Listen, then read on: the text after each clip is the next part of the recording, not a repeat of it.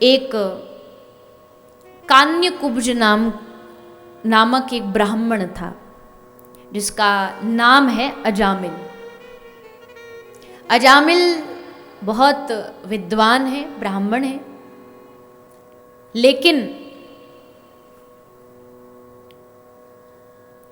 लेकिन जीवन में एक बार इनका संग गलत हो गया।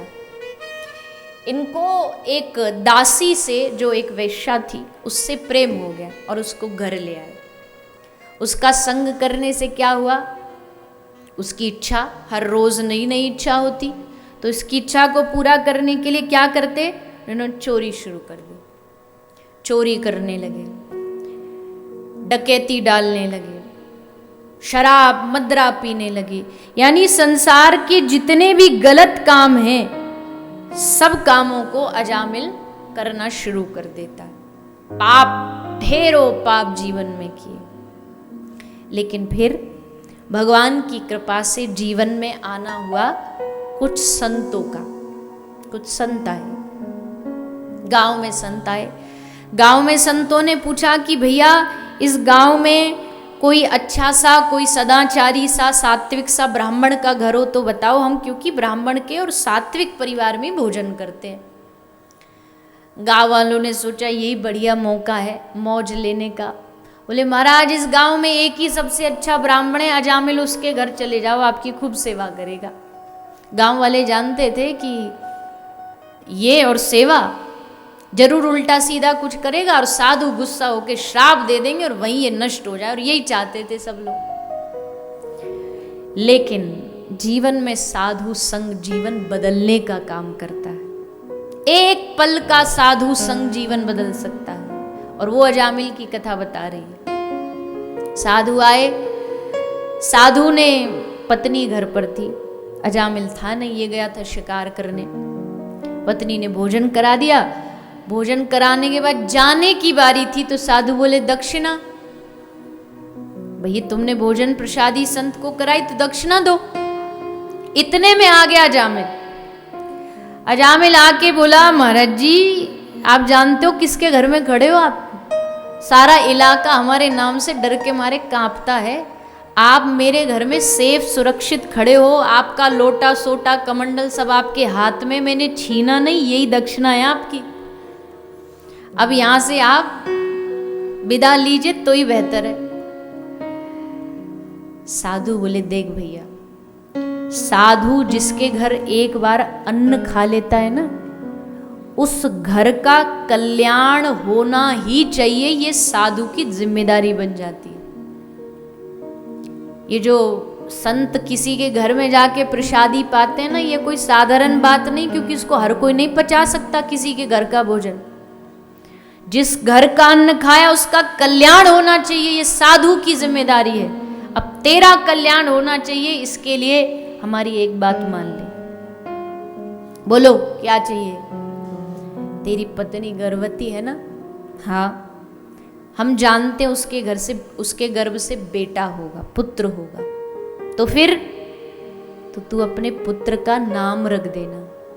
क्या नाम रख देना? पक्का? चिंटू पिंटू तो नहीं बोला? नारायणी बोला ना? पर हम जब अपने बच्चों की नाम रखने की बारी आती है तो ऐसे विचित्र विचित्र नाम रखेंगे जिनका ना आदि है ना अंत है, ना कोई अर्थ है ना कोई भाव है, कुछ भी नहीं, कुछ भी नाम रख देंगे। टेढ़ा मेढ़ा, आड़ा टेढ़ा, चिंकी पिंकी मिंकी। कोई इस नाम का बैठा बुरा नहीं मानना, पर अब कई लोग किसी छोटी बच्ची का नाम रख देते स्वीटी। अब जब तक तो ठीक है, जब तक वो स्वीटी स्वीटी है। अब सोचो 60 साल की स्वीटी कैसी लगेगी। 60 साल में कोई नाम पूछे कि जी आपका नाम क्या, और 60 साल की अम्मा बताए स्वीटी, तो नाम भी बड़ा सोच समझ के रखना चाहिए, और नाम के पीछे अर्थ होना चाहिए।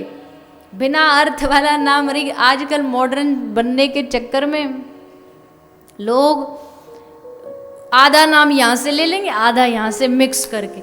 आज ही हम कहीं गए थे तो ऐसी बात चल रही थी। आजकल कोई बच्चे से पूछो नाम बता तो दो बार पूछना पड़ता है, एक बार में समझ नहीं आता वो क्या नाम ले रहे हैं, क्या बता रहे, पता ही नहीं चलता। तो फिर बोले भगवान का नाम रखो।